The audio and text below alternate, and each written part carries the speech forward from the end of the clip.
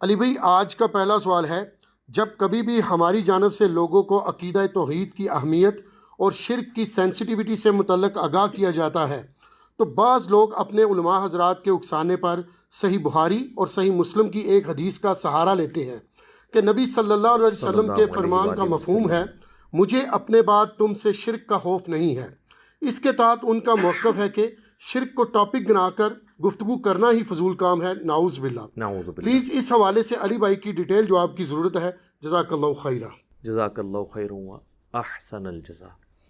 میرے بھائیو، سب سے پہلے تو میں جواباً عرض کروں گا کہ یہ امت محمدیہ صلی اللہ علیہ وآلہ وسلم کا المیہ ہے کہ یہاں پر علماء سو نے بڑی نیک نیتی کے ساتھ بظاہر اس امت کا بیڑا غرق کیا ہے، نعوذ باللہ من ذالک، اور اس میں ان کا جو اعلی کار ہے، جو انسٹرومنٹ ہے ان کا، جو وہ چیزوں کو آؤٹ آف کانٹیکسٹ کوٹ کرنا ہے اور پک اینڈ چوز کرنا ہے، اپنی مطلب کی چیز بیچ میں سے چوز کر لینا اور جو پوری ڈاکٹرن ہے اس کو سائڈ پہ رکھ دینا۔ یہ بھی ایک تلخ حقیقت ہے کہ شرک کے حوالے سے دو ایکسٹریم رویے ہمارے معاشرے کے اندر پائے جاتے ہیں۔ ایک ایکسٹریم پہ وہ لوگ ہیں جو یہ بات بالکل ماننے کے لیے تیار ہی نہیں ہے کہ امت شرک میں مبتلا ہو سکتی ہے، کوئی کلمہ گو اہل قبلہ بھی شرک کر سکتا ہے۔ اور دوسری ایکسٹریم کے اوپر وہ لوگ ہیں جو ہر بات کے اوپر شرک کا فتویٰ لگا دیتے ہیں اور وہ چیزوں کی سینسٹیوٹی نہیں دیکھتے کہ کون سی چیز شرک میں لائی کر رہی ہے اور کون سی چیز بدعقیدگی میں ہے، کون سی چیز بدعت ہے۔ جس گناہ کا جتنا ویٹیج ہے وہ اتنا ہی اس کو دینا چاہیے۔ اب مثال کے طور پہ کوئی شخص کسی مزار پہ چلا جاتا ہے تو آپ زیادہ سے زیادہ اسے یہ کہہ سکتے ہیں کہ یہ نبی علیہ السلام کی نافرمانی پر مبنی چیز ہے، کیونکہ نبی علیہ السلام نے تو مزارات کی مذمت کی ہے۔ صحیح مسلم میں حدیث ہے، نبی صلی اللہ علیہ وآلہ وسلم نے فرمایا، میں تمہیں منع کرتا ہوں قبروں کو پکا کرنے سے، ان پر عمارت بنانے سے اور ان پر بیٹھنے سے۔ ڈائریکٹ بیٹھنا بھی قبر کی توہین ہے اور مجاور بن کے بیٹھنا بھی غلط ہے۔ لیکن قبروں پہ جانے کا حکم ہے، مزارات کی مذمت ضرور آپ کر سکتے ہیں۔ وہ بھی صحیح مسلم میں حدیث ہے، نبی صلی اللہ علیہ وآلہ وسلم نے فرمایا، میں تمہیں قبروں پہ جانے سے منع کیا کرتا تھا، اب میں تمہیں حکم دیتا ہوں کہ قبروں پر جاؤ تاکہ آخرت کی یاد آئے۔ تو اس سے یہ بات پتہ چلی کہ قبر پہ جانے کا حکم ہے، مزارات کی ضرور مذمت ہے۔ لیکن اگر کوئی شخص مزار پہ چلا بھی جاتا ہے تو جب تک وہ اس صاحب قبر بزرگ کو ڈائریکٹ مدد کے لیے نہیں پکارتا، آپ شرک کا فتویٰ تو نہیں لگا سکتے۔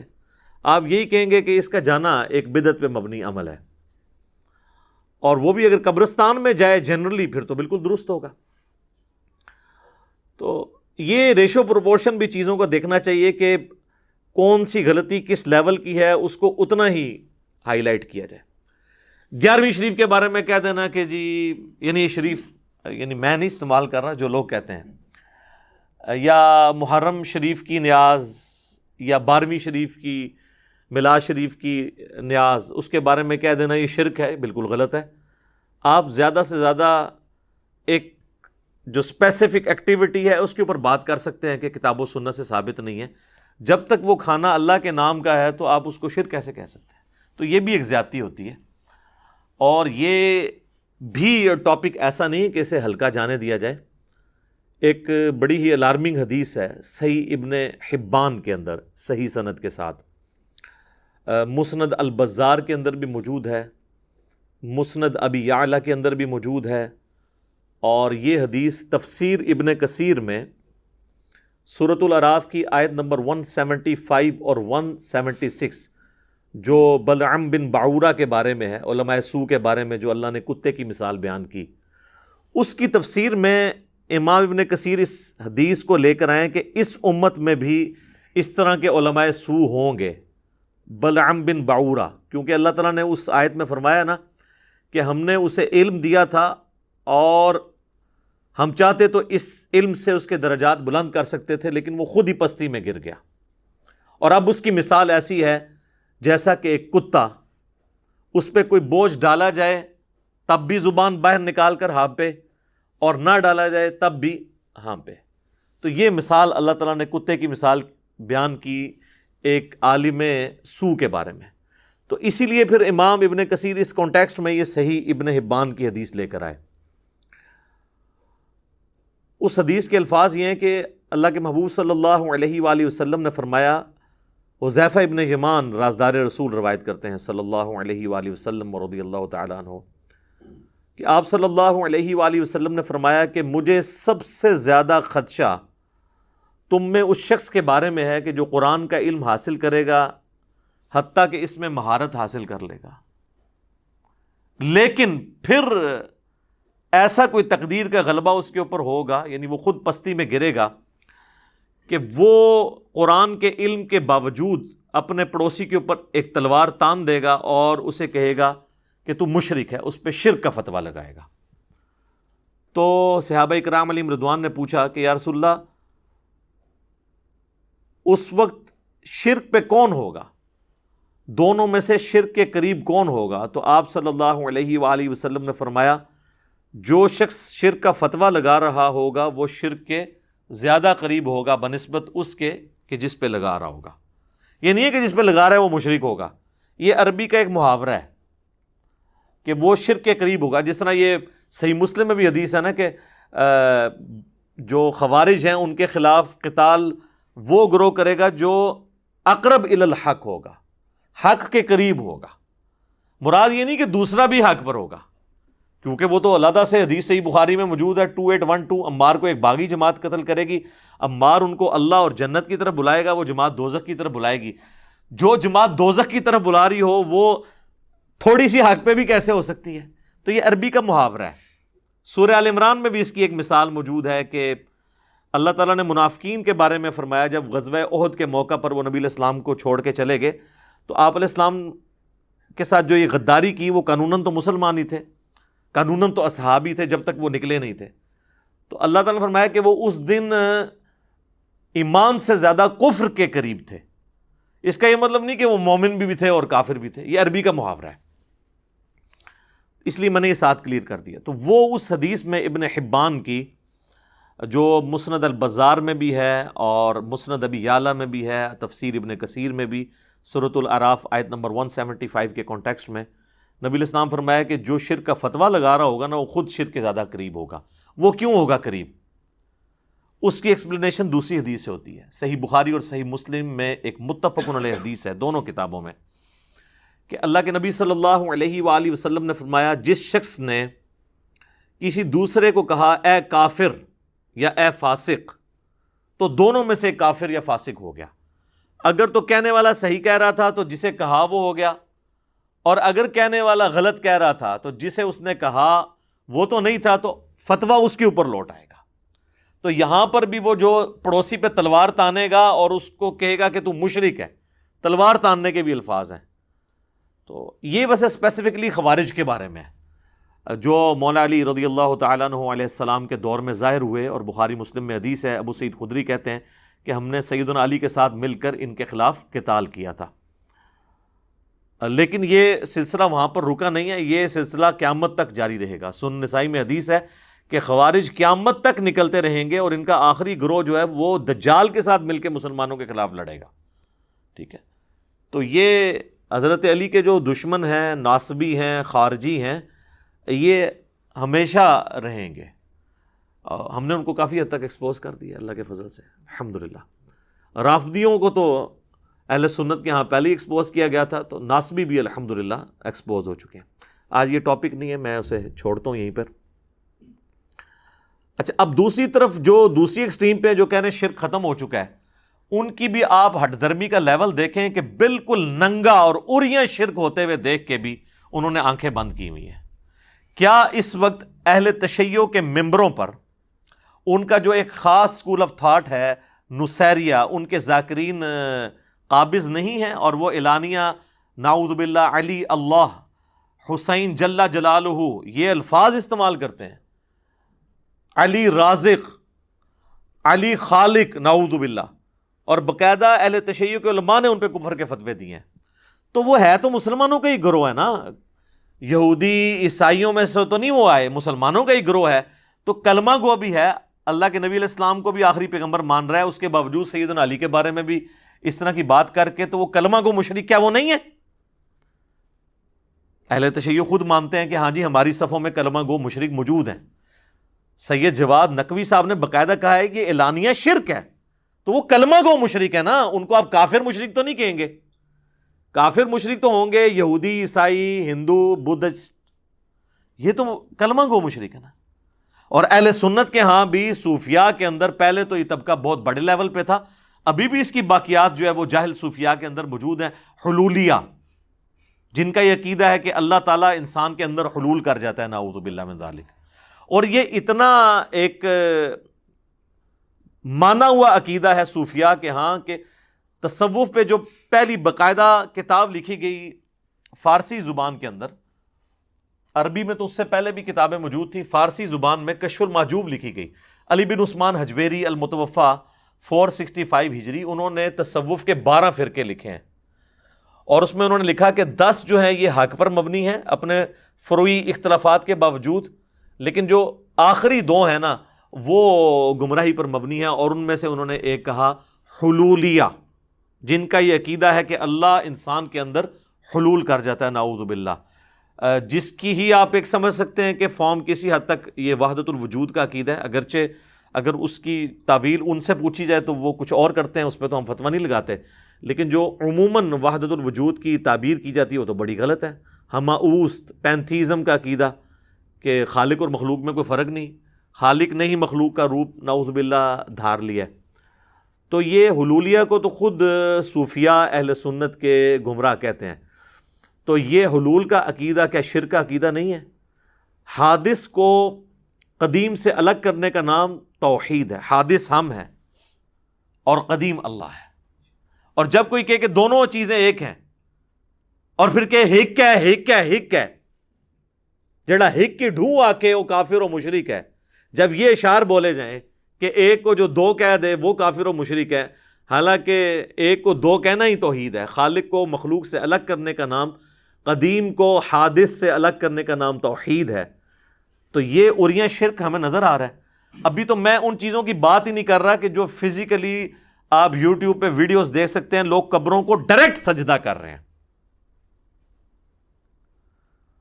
اس میں پھر وہ اس تفریق میں پڑ جاتے ہیں، یہ سجدہ تعظیمی نہیں ہے، سجدہ عبادت نہیں ہے، سجدہ تعظیمی ہے، وہ ہم ان بحثوں میں نہیں پڑھتے۔ کیا مسلمان کو یہ زیب دیتا ہے کہ قبر کے آگے جا کے جھک جائے؟ پھر ہندو جب ہمارا مذاق اڑاتے ہیں کہ یار ہم تو پھر بھی کھڑے ہوئے کو پوجتے ہیں، تم تو لیٹے ہوئے کو پوجتے ہو، پھر ہمیں برا نہیں لگنا چاہیے جب ہماری حرکتیں ایسی ہیں۔ ویسے علماء تو اسے کنڈیم کرتے ہیں، لیکن ان علماء کی جرت ہے کہ ان لوگوں کو روکیں، کیونکہ مزارات کے اوپر تو انہی علماء اور انہی پیر عظام کا قبضہ ہے، انہی مزارات کے اوپر ان بزرگوں کو کھڑے ہو کے کوئی گالی دے سارے روکنے کے لیے پہنچ جائیں گے، اور اسی مزار کے اوپر اللہ کو گالیاں دی جا رہی ہیں۔ جی، شرک کرنے والا اللہ کو گالی دیتا ہے۔ سورہ مریم میں آیا کہ قریب ہے آسمان پھٹ پڑے، زمین شک ہو جائے اور پہاڑ ریزہ ریزہ ہو جائیں، ان دعوا للرحمن ولدا، جو رحمان کے لیے بیٹا تجویز کرتے ہیں، یعنی یہ بھی ایک شرک کی فارم ہے۔ اگر زمین و آسمان اور پہاڑوں کے احساسات ہوں تو ان پہ پھٹ پڑے جو اللہ کے ساتھ شرک کرتے ہیں۔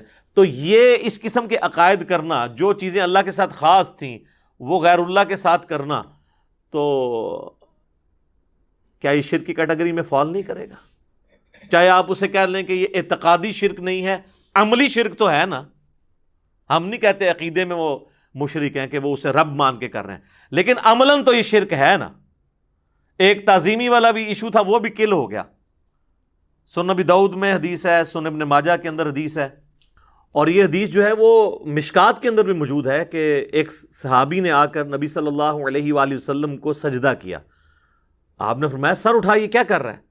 اس نے کہا کہ میں ہیرا نامی شہر جو ہے کوفے کے پاس، وہاں گیا اور میں نے دیکھا کہ لوگ اپنے سردار کو سجدہ کرتے ہیں، تو آپ تو اللہ کے رسول ہیں، تو میں آپ کو کیوں نہ سجدہ کروں؟ تو آپ صلی اللہ علیہ وآلہ وسلم نے فرمایا کہ مجھے بتاؤ جب میں فوت ہو جاؤں گا اور تم میری قبر سے گزرو گے، کیا میری قبر پہ بھی سجدہ کرو گے؟ اس نے کہا نہیں یا رسول اللہ۔ یعنی اتنا ان کو بھی پتا تھا، جو ڈائریکٹ سجدہ کرنے والے ہیں ان کو بھی پتا ہے کہ قبر والا سجدہ ذرا مسئلہ خراب ہو جائے گا۔ تو پھر آپ نے فرمایا کہ اگر میں سجدہ جائز سمجھتا تو بیویوں سے کہتا کہ اپنے خاوندوں کو سجدہ کریں اس حق کے سبب جو اللہ تعالیٰ نے ان کو دیا ہے۔ آپ اندازہ کریں ایک صحابی کا اجتہاد بھی نبی علیہ السلام نے ریجیکٹ کر دیا ہے کیونکہ کتاب و سنت کی تعلیمات کے خلاف تھا۔ اجتہاد انہوں نے اپنی جگہ بالکل ٹھیک کیا تھا لیکن کتاب و سنت سے ٹکرا رہا تھا۔ تو سجدہ تعظیمی تو ویسے ہی اس امت میں ختم ہو چکا ہے، ان بحثوں میں ڈالنا اور انہی بحثوں نے راستہ کھولا ہے۔ وہ کہتے ہیں جی جو قبر پہ سجدہ کر رہے ہیں نا، آپ اس کو نا یہ کہیں کہ وہ مشرک تو نہیں ہے لیکن اس کا یہ عمل جو ہے نا وہ حرام ہے، سجدہ تعظیمی کر رہے ہیں، ہاں سجدہ عبادت کرے تو ہم اسے شرک کہہ دیں گے۔ بھئی سجدہ عبادت اور سجدہ تعظیمی والا چکر تو اس وقت ہوتا ہے جب بندہ زندہ سامنے موجود ہو۔ ایک بندہ جا کے مٹی کی ڈھیری کے آگے گر رہا ہے تو وہ تو ایکویلنٹ ٹو بت ہے، اور یہ میں اپنی طرف سے نہیں کہہ رہا۔ مسند امام احمد میں صحیح سند کے ساتھ یہ حدیث موجود ہے، الموطا امام مالک میں بھی ہے اور مشکات المصابیح کے اندر بھی موجود ہے۔ نبی علیہ السلام نے اپنے آخری وقت میں یہ دعا کی تھی، اللہم لا تجعل قبری وثنا یعبد، اے اللہ میری قبر کو ایسا بت نہ بننے دینا کہ لوگ اس کی پرستش شروع کر دیں۔ رسول اللہ کی قبر پہ ہمارے ماں باپ اولاد سب قربان، اور آپ اپنی قبر کو خود کہہ رہے ہیں کہ یا اللہ اسے بت نہ بننے دینا۔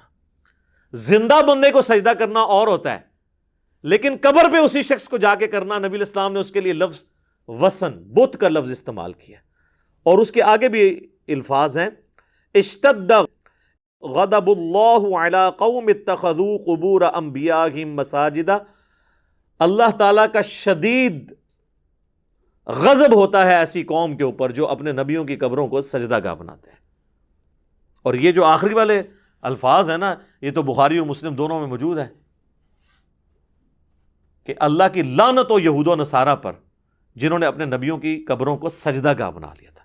یہ بڑی لمبی حدیث ہے، انشاءاللہ یہ جب موقع آئے گا میں اس کو اسی ویڈیو کے اندر بیان کر دوں گا، ابھی محل نہیں کہ میں اس کو ڈیٹیل کے ساتھ بیان کروں۔ ابھی تو میں یہ تمہیدی گفتگو کر رہا تھا اس حوالے سے۔ اب آ جائیں میرے بھائیوں اس حدیث کی طرف جس کو آؤٹ آف کانٹیکسٹ کوٹ کیا جاتا ہے۔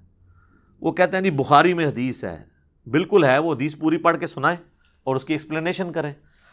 صحیح بخاری اور صحیح مسلم دونوں کے اندر حدیث موجود ہے۔ سیدنا عقبہ ابن عامر رضی اللہ تعالیٰ عنہ کہتے ہیں کہ نبی صلی اللہ علیہ وآلہ وسلم نے اپنی وفات سے 1 مہینہ پہلے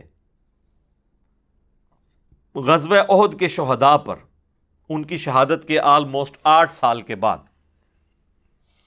دوبارہ سے جا کر نماز جنازہ پڑھی ان کے قبرستان میں، اور آپ نے خطبہ قبرستان میں دیا کیونکہ عبرت والا خطبہ تھا۔ اور بخاری مسلم کے الفاظ ہیں کہ نبی علیہ السلام ہم سے اس طرح گفتگو کر رہے تھے جس طرح آپ زندوں اور مردوں دونوں سے جدا ہو رہے ہیں، یعنی وہ قبرستان بھی تھا ہم سے بھی۔ اور آپ صلی اللہ علیہ وآلہ وسلم نے فرمایا کہ دیکھو مجھے اپنے بعد تم سے یہ خطرہ تو اب باقی نہیں رہا کہ تم شرک کرنے لگو، البتہ مجھے اس بات کا ڈر ہے کہ تم دنیا کی مال کی محبت میں پھنس جاؤ گے۔ اور پھر آگے الفاظ ہیں کہ پھر اس مال کی محبت میں تم ایک دوسرے کو قتل کرو گے جس طرح اگلے لوگوں نے قتل کیا، اور پھر تم بھی تباہ و برباد کر دیے جاؤ گے جس طرح اگلے لوگ تباہ و برباد کر دیے گئے، والعیاذ باللہ تعالی۔ اور اب یہ حدیث پہ 15 منٹ بولا جا سکتا ہے کہ نبی علیہ السلام کی وفات کے بعد کس طریقے سے یہ معاملات بگڑے اور بنو امیہ نے کس طریقے سے نبی علیہ السلام کی اس امت کے اوپر ظلم ڈھائے اور ایک فتنوں کی تار بن گئی۔ میری کئی ایک ویڈیوز اس کے اوپر گواہ ہیں۔ جنگ جمل صفین و نعمان میں سیدنا علی رضی اللہ تعالیٰ عنہ اس امت میں ایک آخری کوشش تھے کہ اس فتنے کو کسی طریقے سے دبایا جاتا، لیکن ان کی شہادت ہو گئی، فتنہ دبا نہیں۔ سنن نسائی الکبریٰ کے اندر یہ حدیث ہے، المستدرک للحاکم کے اندر موجود ہے کہ نبی علیہ السلام نے سیدنا علی سے فرمایا تھا کہ تیری مثال میری امت میں صالح علیہ السلام کی قوم سمود کی اونٹنی کی سی ہے۔ انسانی تاریخ میں 2 بدبخت گزرے ہیں، اگلے زمانوں میں سب سے بڑا بدبخت وہ تھا جس نے اس اونٹنی کو قتل کیا جس کی وجہ سے اللہ کا عذاب آ گیا، اور میری امت کا سب سے بڑا بدبخت وہ ہوگا جو تیری داڑھی کو تیرے سر کے خون سے رنگ دے گا۔ تو جس طرح قوم سمود پہ عذاب آیا نا اس اونٹنی کو قتل کرنے کی وجہ سے، جو اللہ کی اونٹنی تھی، یہاں پر بھی اللہ کے اس ولی کو قتل کرنے کے پاداش میں، جس نے امت کو دوبارہ سے ابو بکر و عمر رضی اللہ تعالی عنہما علیہم السلام کی خلافت کی ڈگر پہ چلانے کی کوشش کی، اس امت پہ بھی ایسا عذاب مسلط ہوا کہ آج تک ہمیں دوبارہ اس طریقے سے اسلامی حکومت صحیح معنوں میں نصیب نہیں ہو سکی، سوائے بیچ میں 1-2-2.5 سال عمر بن عبدالعزیز کے ہیں۔ ادروائز آپ مسلمان حکومتیں کہہ سکتے ہیں، بنو امیہ، بنو عباس کی، یا سلطنت عثمانیہ کی، یا ایوبیوں کی، لیکن آپ یہ نہیں کہہ سکتے کہ وہ اسلامی حکومتیں تھیں۔ تو نبی علیہ السلام کے بعد یہ سب کچھ ہوا۔ یہ میں نے اس لیے بیچ میں ذکر کیا ہے کہ ڈاکٹر طاہر القادری صاحب نے یہ حدیث بیان کی نا، اور پھر انہوں نے اپنی پبلک کو ایکسپلائٹ کیا۔ انہوں نے کہا میں آپ کو پہلے ہی بتا دیتا ہوں، جب آپ مخالفین کے سامنے یہ حدیث رکھیں گے نا تو وہ کہیں گے یہ تو صحابہ کے بارے میں ہے کہ مجھے تم سے شرک کا خوف نہیں ہے، بلکہ یہ خطرہ ہے کہ دنیا کی مال کی محبت میں پڑ جاؤ گے اور ایک دوسرے کو قتل کرو گے۔ وہ کہتے ہیں جب یہ کریں نا تو ان کو آگے سے آپ نے، یعنی میری زبان میں، ان کو پھکی دینی ہے آپ نے، جو یہ اس کی تشریح کریں گے ان کو کہنا اچھا پھر جرت کرو یہ کہو کہ یہ صحابہ پہ حدیث فٹ ہوتی ہے نا، تو صحابہ جو تھے وہ شرک میں مبتلا نہیں ہوئے تھے لیکن دنیا کے مال میں پھنس گئے تھے۔ اور یہ کون کہ 295 سی لوانی کسی نے اپنے ہوتے؟ حالانکہ معذرت کے ساتھ ڈاکٹر طاہر القادری صاحب حافظہ اللہ تعالی من الجنت والناس، ان سے زیادہ کس کو پتا ہے کہ بنو امیہ کس طریقے سے دنیا کی محبت میں مبتلا ہوئی؟ ان کو بتانے کی ضرورت ہے؟ لیکن ایک ٹکٹ میں 2 مزے کرتے ہیں یہ لوگ۔ ان کو نہیں پتا کیا ہوا ہے، جنگ جمل صفین نہروان کیوں ہوئی ہے، اس کے پیچھے کیا موٹیوز تھے، سب کو پتا ہے۔ آج میرا ٹاپک نہیں، آپ یوٹیوب پہ میری کئی ویڈیوز آپ دیکھ لیں، میرا کربلا والا ریسرچ پیپر پڑھ لیں، صحیح الاسناد احادیث کی روشنی میں اکثر بخاری اور مسلم سے میں نے ان ایشوز کو ریزالو کیا۔ تو وہ کہتے ہیں آپ نے ان کو یہ کہنا ہے تو وہ خود بخود بیک فوٹ پہ چلے جائیں گے۔ نہ سر، ہم نہیں جائیں گے۔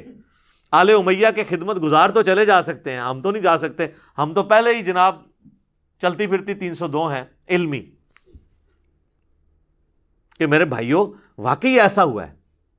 اچھا دوسرا، اگر آپ نے محتاط اس کی تشریح کرنی ہے تو آپ یوں کریں کہ نبی علیہ السلام کے ڈائریکٹ مخاطبین صحابہ تھے، آپ فرمایا تم سے مجھے شرک کا خدشہ نہیں مگر دنیا کے مال میں پھنس جاؤ گے، اور صحابہ کے ذریعے پوری امت کو خطاب تھا۔ یہ بات تو طے ہے کہ پوری امت دنیا کے مال کے فتنے میں نہیں پھنسی، چند لوگ تو ہمیشہ اس فتنے سے آزاد رہتے ہیں نا، تو ہم کہتے ہیں صحابہ رہے ایکسکلوڈنگ بنو امیہ میرے نزدیک، اور آپ چلیں ان کو بیچ میں ڈال لیں تاکہ آپ کو بات سمجھ آ جائے کسی طریقے سے۔ تو نبی علیہ السلام کے مبارک زمانے میں صحابہ وہ گروہ تھے کہ جو حق پر قائم رہے اور ان سے شرک کا صدور نہیں ہوا، اور دنیا کی مال کی محبت میں وہ لوگ پھنسے جو نبی علیہ السلام کی وفات کے بعد مرتد ہو گئے۔ بخاری مسلم میں آتا ہے کہ کئی قبائل جو مرتد ہوئے ہیں نبی علیہ السلام کی وفات کے بعد، جو فتح مکہ پر مسلمان ہو چکے ہوئے تھے۔ منکرین زکوٰۃ کون تھے؟ زکوٰۃ کافروں سے تو نہیں لی جاتی، مرتد ہوئے، اور یہی ہیں جن کے بارے میں بخاری اور مسلم پہ آتا ہے کہ میرے حوض کوثر پہ کچھ اصحاب لائے جائیں گے اور میں کہوں گا اصحابی اصحابی، اور ایک حدیث میں اصیحابی اصیحابی، یہ تو میرے صحابہ ہیں۔ تو مجھے بتایا جائے گا آپ کو نہیں پتا، آپ کے بعد یہ دین سے الٹے قدم پھر گئے تھے اور انہوں نے دین میں بدعتیں جاری کر دی تھی۔ تو نبی علیہ السلام کہتے ہیں پھر میں بھی اس وقت وہی کہوں گا جو عبد صالح عیسیٰ ابن مریم کہیں گے، اے اللہ جب تک میں ان میں موجود رہا ان پر گواہ تھا، جب تو نے مجھے اٹھا لیا پھر تو ہی ان پر گواہ ہے، اب تیری مرضی ہے، تیرے بندے چاہے انہیں عذاب دے چاہے بخش دے۔ اور نبی علیہ السلام فرماتے ہیں پھر میں کہوں گا سحقن سحقن لمن غیر بعدی، ان کو مجھ سے دور کر دو جنہوں نے میرے بعد میرے دین کو بدل دیا۔ اچھا اس حدیث کے راوی کہتے ہیں کہ یہ وہ لوگ ہوں گے جو نبی علیہ السلام کی وفات کے بعد مرتد ہو گئے اور سیدنا ابو بکر نے ان کے خلاف قتال کیا۔ سیدنا ابو بکر کے دور میں جو مرتد ہوئے اور حضرت ابو بکر کے دور سے پہلے وہ مسلمان تھے، وہ کون ہیں؟ بریلوی دیوبندی اہل حدیث شیعہ یا قانوناً صحابہ؟ اسی لیے اصحابی اصحابی کے الفاظ ہیں، یہ لے آتے ہیں امتی امتی والے طریق کو، وہ الگ سے ہے، یہاں تو اسپیسیفکلی یہ ہے۔ تو وہ دنیا کی محبت میں ہی ہوئے نا، زکوٰۃ دینے سے انکار کیا، دنیا کی محبت میں ہی کیا نا، تو پڑھے تو تھے۔ ہاں، خلفائے راشدین، سابقون الاولون، سیدنا ابوبکر، عمر، عثمان و علی رضی اللہ عنہم اجمعین وعلیہم السلام اجمعین، اور ان کے پیٹرن پہ چلنے والے لوگ، وہ اس فتنے سے آزاد رہے۔ اور پھر جیسے یہ آگے معاملہ چلتا گیا، ہمیشہ ایک گروہ اس فتنے سے آزاد رہا دنیا کی محبت کے، اور باقی لوگ تو پھر شکار ہوئے ہیں۔ یہ حدیث کوئی آج کی تو نہیں ہے، نہ یہ حدیث کوئی دیوبندی، بریلوی، اہل حدیث، شیعہ اختلاف کے بعد سامنے آئی ہے، یہ حدیث تو پہلے سے موجود تھی بخاری مسلم میں، اور اللہ کے فضل سے آج سے آلموسٹ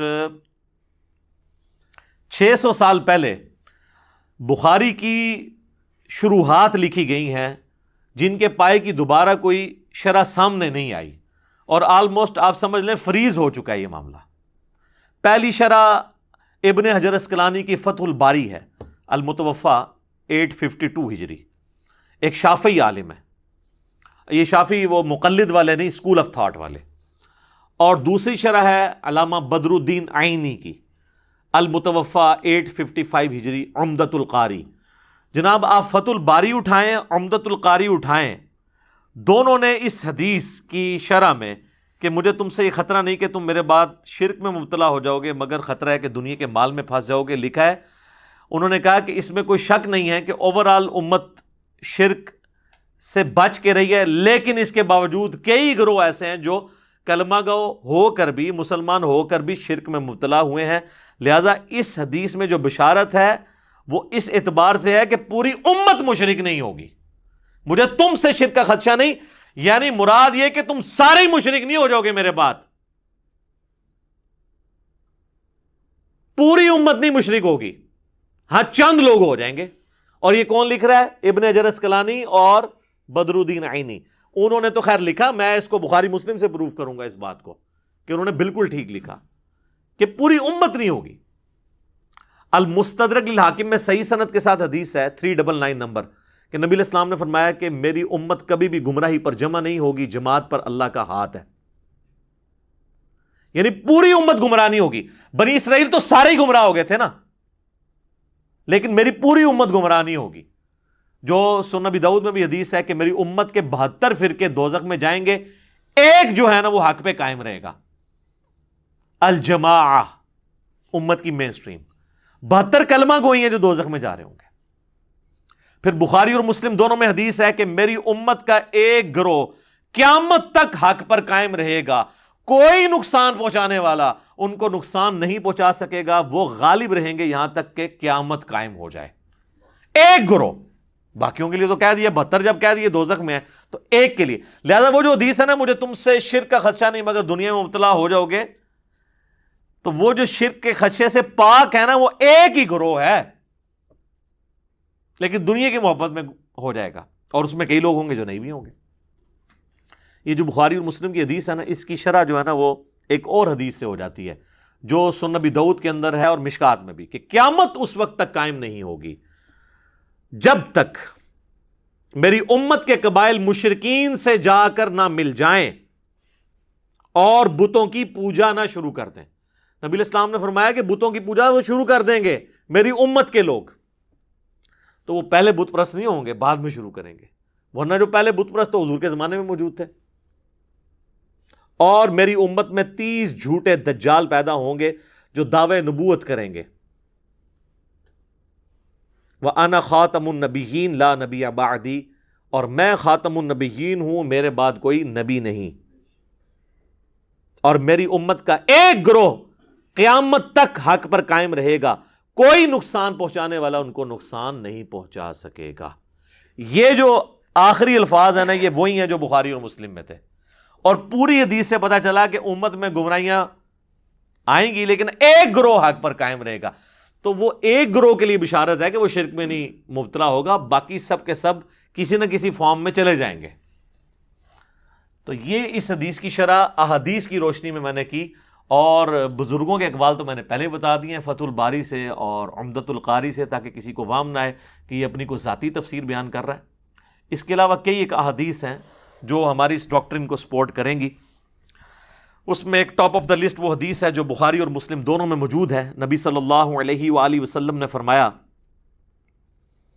کہ تم بھی اگلے لوگوں کی پیروی شروع کر دو گے قدم با قدم بالشت بر بالشت، حتیٰ کہ اگلے لوگوں میں سے اگر کوئی لوگ گوہ کے سوراخ میں داخل ہوئے تو تم بھی وہی کام کرو گے. صحابہ کرام علیہم رضوان نے پوچھا یہ اگلے لوگوں سے مراد کیا یہود و نصارہ ہیں؟ تو آپ صلی اللہ علیہ وآلہ وسلم نے فرمایا کہ اگر وہ لوگ مراد نہیں ہیں تو پھر کون سے لوگ مراد ہیں؟ یعنی یہود و نصارہ والی خرابیاں تمہارے اندر آئیں گی.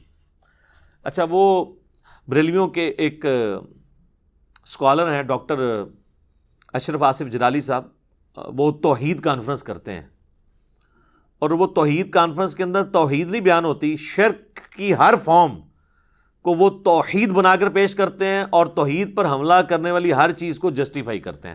نام انہوں نے وہ توحید، جیسے ہماری بھی مسجدوں میں لکھا ہوا ہے علیکم بسنتی و سنت الخلفاء الراشدین المہدیین، ٹھیک ہے، حق چار یار نعرہ، لیکن تعلیمات جو ہے وہ حق چار یار کے بعد آنے والے لوگوں کی بیان کر رہے ہوتے ہیں، بالکل الٹ چل رہے ہوتے ہیں. نعرہ حق چار یار کا ہے اور فضائل بعد والوں کے بیان ہو رہے ہوتے ہیں، کیونکہ یہ دونوں تو بیک وقت نہیں ہو سکتے. اگر ایک بندہ کہ میں مولا علی کی فضیلت بھی بیان کروں اور مولا علی کو گالیاں دینے والے اس کے خلاف جنگیں کرنے والے کی بھی فضیلت بیک وقت بیان کروں تو یہ کھلا تضاد ہے، یہ تو پاسبل نہیں ہے. ہاں، احترام صحابیت اپنی جگہ، وہ اپنی جگہ موجود ہے، لیکن فضائل بڑھا چا کر تو نہیں آپ بیان کر سکتے. تو وہ کہنے لگے یہ حدیث جو ہے نا بخاری اور مسلم کی کہ شرک کا خدشہ نہیں ہے. اسی کی تفسیر میں وہ توحید کانفرنس کرتے ہوئے کہتے ہیں کہ یہ جو حدیث یہ لوگ بیان کرتے ہیں نا کہ جی تم بھی اگلے لوگوں کی پیروی کرو گے، تو اس سے مراد ہے کہ اس امت میں یہود و نصارہ کے فیشن آنا شروع ہو جائیں گے.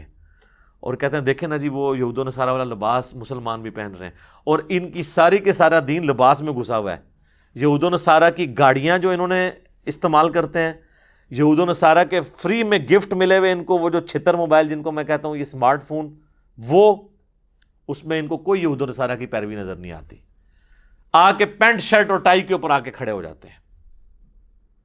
حالانکہ یہ جو حدیث ہے سنن ابی داؤد کی، من تشبہ بقوم فہو منہ، جس نے جس قوم کی مشابہت اختیار کی وہ ان میں سے شمار کیا جائے گا. اس سے مراد مذہبی جو ہے وہ مشابہت ہے. کوئی شخص صلیب لٹکا لیتا ہے یا سکھوں والا کڑا پہن لیتا ہے یا ماتھے پہ سندور لگا لیتا ہے. باقی جو دنیاوی اعتبار سے تو تہمت جو ہے وہ ہندو بھی پہن رہے ہیں، مسلمان بھی پہن رہے ہیں، ٹائی ہندو بھی پہن رہے ہیں، سکھ بھی پہن رہے ہیں، عیسائی بھی پہن رہے ہیں.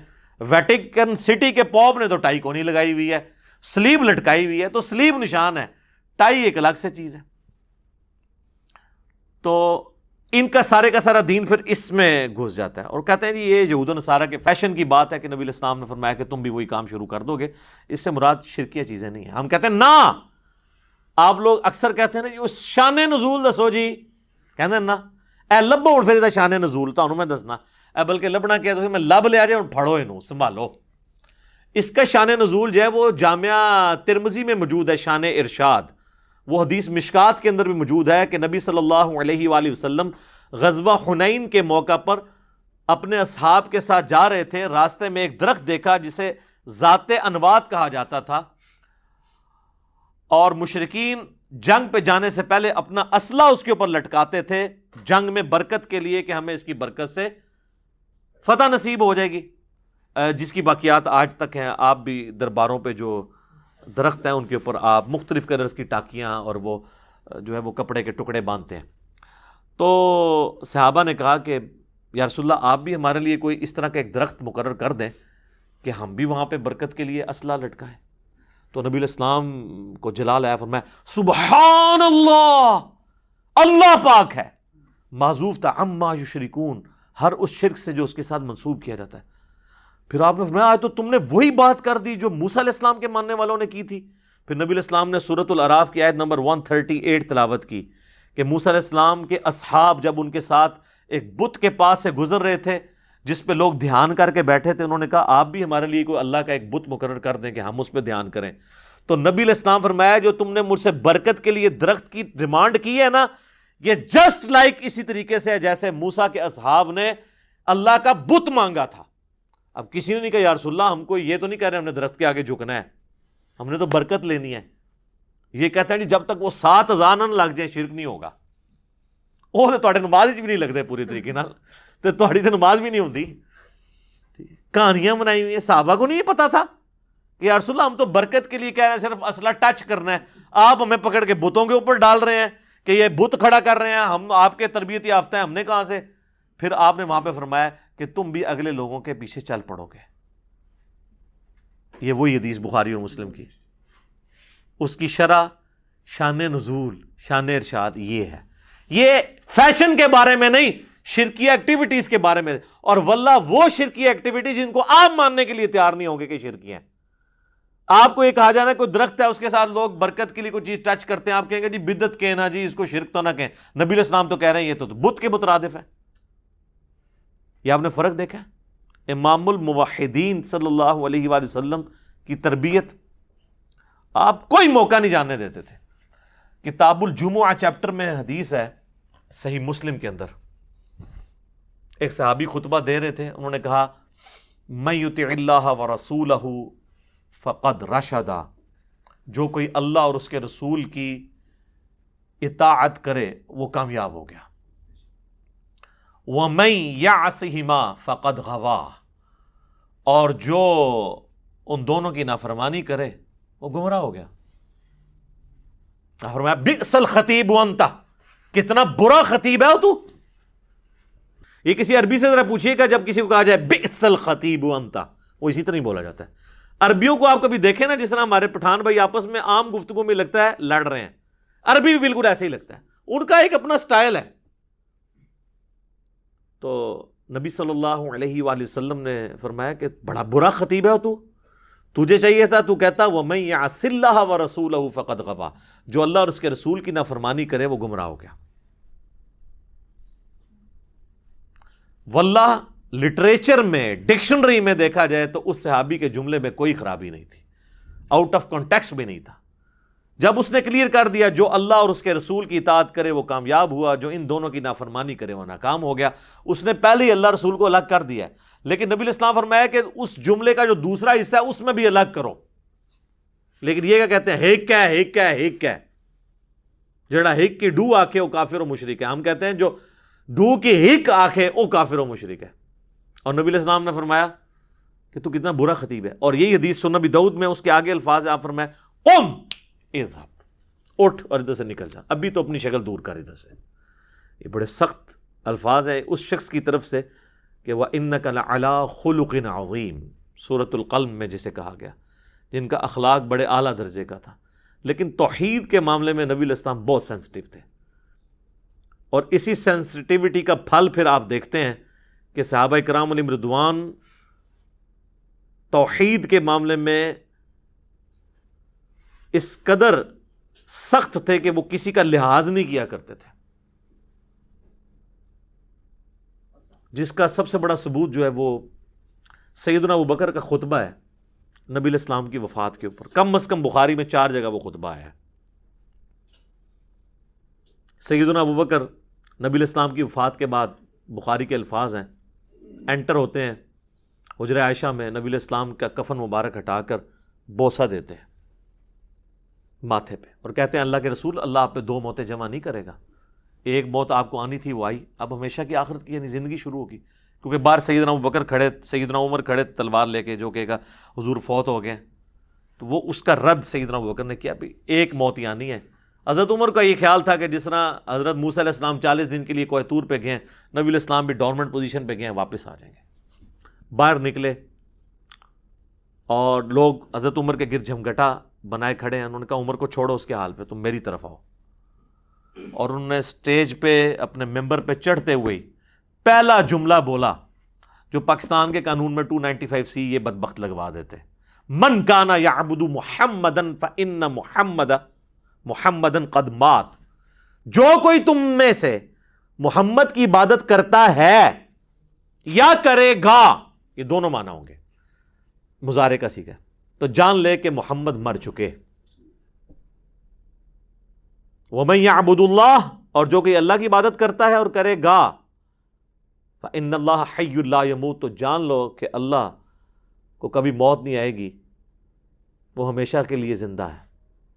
کسی صحابی نے اٹھ کے نہیں کہا کہ ابو بکر یہ فرضی جملوں سے آپ کیوں سہارا لے رہے ہیں, یا آج کی وہ زبان میں تنو اور کوئی آیت نہیں لبھی, تنو اور کوئی حدیث نہیں لبھی, تو کولو جملے پڑھنا ہے, تو پڑھ وما ارسلناک الا رحمۃ للعالمین, یہی کہتے ہیں نا, یہ مشورہ دیتے.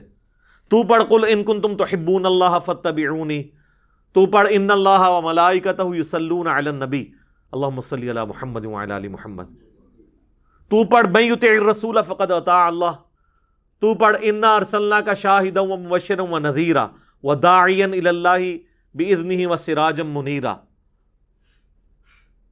تنو اور کوئی شے نہیں لبھی, تو کولو جملے بنا رہے ہیں.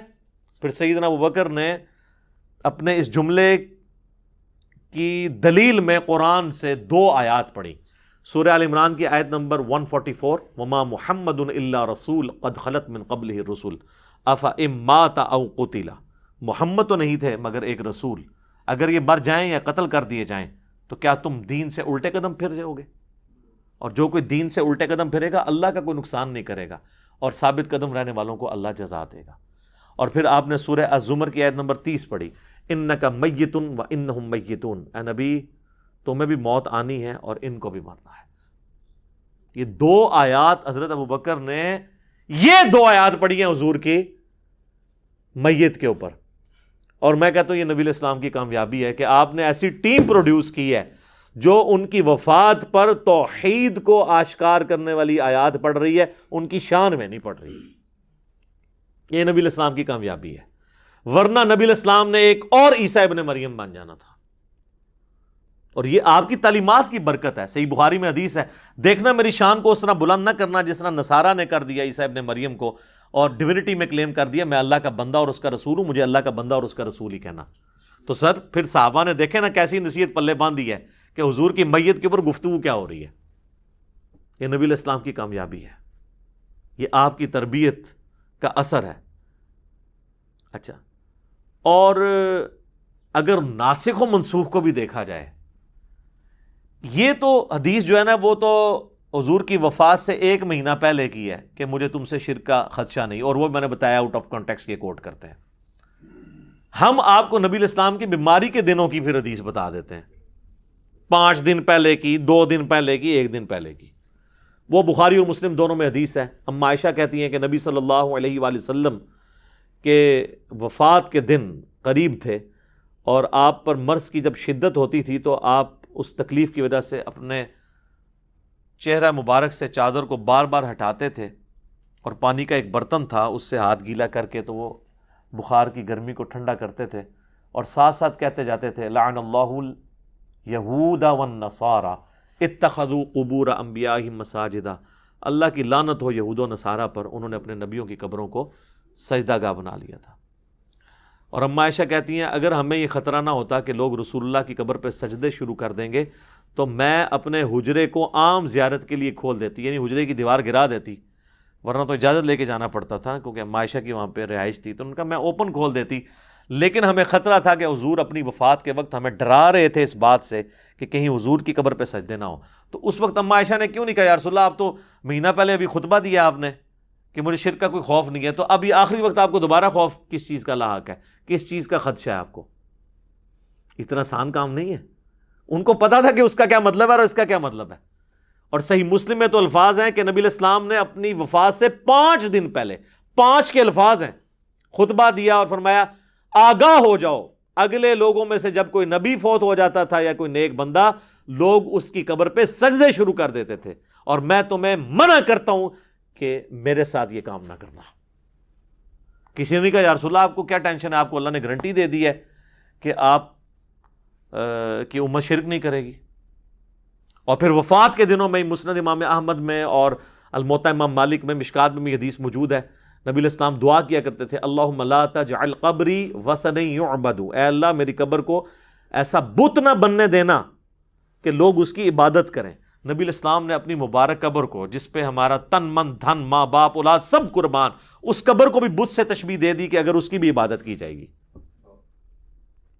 اور پھر آگے الفاظ ہیں اشتد غضب اللہ علی قوم اتخذوا قبور انبیائہم مساجدا, اللہ تعالیٰ کا شدید غضب نازل ہو ہوتا ہے یا ہو ایسی قوم پر جو اپنے نبیوں کی قبروں کو سجدہ گاہ بناتی ہے۔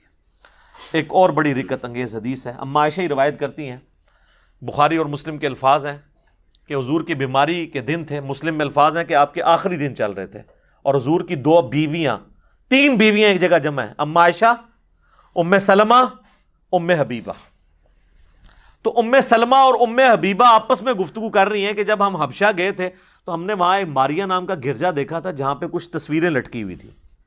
ہائے ہائے ہائے، حضور بیماری کے عالم میں آپ نے جب یہ گفتگو سنی ہے تو آپ فوراً متوجہ ہوئے، آپ فرمایا ان کی یہی تو خرابی تھی، جب ان کا کوئی نیک بندہ یا نبی فوت ہو جاتا تھا وہ اس کی قبر کے اوپر تصویریں لٹکا دیتے تھے اور پھر وہاں پہ سجدے شروع کر دیتے تھے۔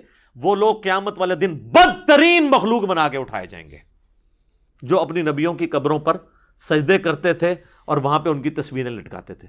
سر اس امت کو تو چھوڑ دیں، انہوں نے نبیوں کی تصویریں کیا لٹکانی ہیں، انہوں نے تو آپ جائیں مارکیٹ میں جا کے بزرگوں کی تصویریں خرید لیں اور باقاعدہ نام لکھیں یہ فلانا بزرگ ہے فلانا بزرگ ہے، چلو اس میں کچھ زندہ بھی ہیں، ان کو تو ہم کہہ سکتے ہیں یہ وہی ہیں۔ 800 سال پرانے بزرگوں کی تصویریں، وہ کہتے ہیں جی وہ خواب میں زیارت ہوئی ہے، تو اس سے انہوں نے پھر نہ وہ نقشہ اس کا بنوا لیا۔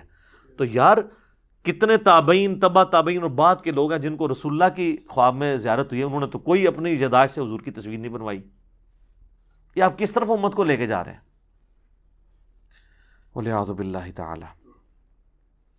تو نبی صلی اللہ علیہ وآلہ وسلم نے اپنی امت کو اتنی واضح تعلیمات دیں کہ جس میں کوئی خدشہ نہیں ہے کہ کوئی شخص اس چکر میں پڑ جائے کہ وہ ان چیزوں کو ہلکا جانے، اور یقین جانے جو لوگ ہلکا جانتے ہیں پھر وہ اس کے اندر مبتلا بھی ہو جاتے ہیں، اور جو لوگ اس کے سینسٹیوٹی کو سمجھتے ہیں وہ پھر اس فتنے سے بچ بھی جاتے ہیں۔ میں اپنی گفتگو کو انکلوڈ کرتا ہوں اسی کانٹیکسٹ میں سورۃ الانعام کی آیت نمبر 82 اور اس کے کانٹیکسٹ میں بخاری و مسلم کی ایک حدیث ہے۔ سورۃ الانعام کی آیت نمبر 82 ہے، الذین آمنوا ولم یلبسوا ایمانہم بظلم اولئک لہم الامن وہم مہتدون۔ جو لوگ ایمان لے کر آئے اور ایمان لانے کے بعد اپنے ایمان میں شرک کی آمیزش نہیں ہونے دی، ایمان لانے کے بعد ایمان میں شرک نہیں آنے دیا، مرتد کے الفاظ نہیں ہیں، یعنی ایمان کے ساتھ شرک نہیں ہونے دیا، یعنی کلمہ گو مشرک نہیں بنے، وہ امن میں ہوں گے اور وہی لوگ ہدایت یافتہ ہیں۔ بخاری مسلم کے الفاظ ہیں اس حدیث کے کانٹیکسٹ میں، عبداللہ ابن مسعود کہتے ہیں جب یہ آیت نازل ہوئی ہم تو سب پریشان ہو گئے، کیونکہ ہم تو ظلم کا معنی لیتے ہیں گناہ، تو کون سا ایسا شخص ہے جو یہ دعویٰ کرے کہ مجھ سے کوئی بھی گناہ نہیں ہوتا، اور اللہ تو فرما رہا ہے کہ جو ایمان لانے کے بعد گناہ نہیں کرے گا وہی امن میں ہوگا، تو یا رسول اللہ ہمارا کیا بنے گا؟ آپ فرمایا اس سے مراد وہ گناہ نہیں ہے۔ آپ نے سورہ لقمان کی آیت نمبر 13 تلاوت کی، ان الشرک لظلم عظیم، بے شک شرک سب سے بڑا ظلم ہے۔ اب کسی صحابی نے کہا یا رسول اللہ وہ شرک تو ختم ہو چکا ہے، یہاں آپ شرک کیوں مراد لے رہے ہیں؟ کبھی ایسے ہو سکتا ہے کہ ہم ایمان لانے کے بعد بھی شرک کریں؟ کلمہ کو مشرک تو کوئی ٹرم ہی نہیں ہے، بس ایمان لے آئے تو آپ مسلمان ہو گئے، جو مرضی کرتے رہیے۔ اور حضور فرما رہے ہیں کہ شرک اس سے مراد ہے کہ ایمان کے اندر شرک نہ ملاوٹ کرے۔ تو پھر اس لیے چونکہ صحابہ کو سمجھ تھی اللہ نے ان کو بچا لیا، بعد والوں نے سمجھنے سے انکار کیا تو وہ آپ دیکھ لیں کتنے دھڑلے کے ساتھ گھسے میں، اور وہ کہتے ہیں نہیں جی جناب وہ تو یہ کیسے ہو سکتا ہے، ایک مسلمان بھی اور بیک وقت مشرک بھی کیسے ہو سکتا ہے، دونوں چیزیں بیک وقت کیسے ہو سکتی ہیں؟ سر پھر اگر اس پہ جائیں تو پھر تو آپ پھنس جائیں گے۔ بخاری کی حدیث ہے کہ میرے ساری امت جنت میں جائے گی سوائے اس کے جس نے انکار کیا۔ صحابہ نے کہا کہ کس نے انکار کیا یا رسول اللہ؟ فرمایا جو میری اطاعت کرے گا وہ جنت میں جائے گا، اور جس نے میری نافرمانی کی اس نے جنت میں جانے سے انکار کر دیا۔ تو یہ جو آپ لوگوں کو کہانیاں کراتے ہیں یہ پوری امت جنت میں جائے گی، تو حضور تو فرما رہے ہیں کہ جس نے میرا حکم ماننے سے انکار کر دیا، جس نے میری نافرمانی کی، جو امت کی اکثریت آلریڈی کر رہی ہے، یہ تو ساری جائے گی دوزخ میں۔ اونٹ سامو پھر یہ تو بالکل واضح ہے نا، اب اس کی کوئی تعویل ممکن ہی نہیں ہے۔ تو میرے بھائی یہ جو کلمہ گو مشرک والا معاملہ ہے ادھر بھی آپ کہنا کہ یہ کیسے ہو گیا کہ جی ایک بندہ جو ہے وہ کلمہ بھی پڑھ لیا اس نے اور حضور کی نافرمانی بھی کرے گا، تو نہیں کر رہے، کلمہ پڑھ کے بھی اللہ اور اس کے رسول کی نافرمانیاں ہو رہی ہیں نا، تو کلمہ پڑھ کے شرک نہیں ہو رہا ہے۔ صحیح مسلم میں حدیث ہے جس مسلمان کے جنازے میں ایسے 40 لوگ شریک ہوں جو شرک نہ کرتے ہوں، اللہ تعالیٰ ان 40 لوگوں کی شفاعت اس کے حق میں قبول کر لے گا. تو کسی نے حضور سے نہیں پوچھا یا رسول اللہ یہ آپ ایمبیگوس جملہ بول رہے ہیں, جنازہ تو پڑھتا ہی وہ ہے جو مسلمان ہو, ہندو نے تو مسلمان کا جنازہ نہیں پڑھنا آ کے, تو آپ یہ کیوں کہہ رہے ہیں؟ تو آپ کلمہ کو مشرک کو ہی کہہ رہے تھے. بالکل واضح ہے. اسی طریقے سے ایک حدیث ہے مسند امام احمد میں بھی اور جامعہ ترمذی میں بھی, ہمارے صبح و شام کے اذکار کارڈ میں بھی موجود ہے, بلو والے میں بھی ہے اور گرین والے میں بھی, فرض نماز کے بعد والے اذکار میں بھی اور صبح و شام کے اذکار میں بھی, کیونکہ وظیفہ ایسا ہے اس میں بڑے زبردست الفاظ ہیں.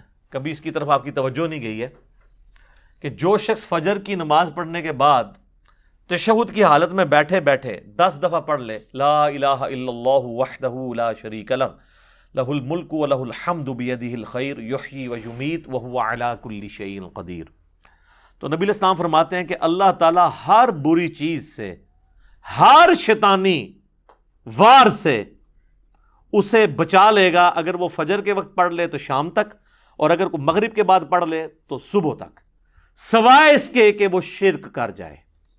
یہ الفاظ ہیں اس میں, شرک کر لے گا تو اللہ کا ذمہ اس سے اٹھ جائے گا. تو کسی نے نہیں کہا یا رسول اللہ جو لا الہ الا اللہ وحدہ لا شریک لہ پڑھ رہا ہے انہیں شرک کی تو کر لینا ہے, کلمہ کو مشرک کیسے ہو سکتا ہے؟ یہاں مرتد کے الفاظ نہیں, شرک کے.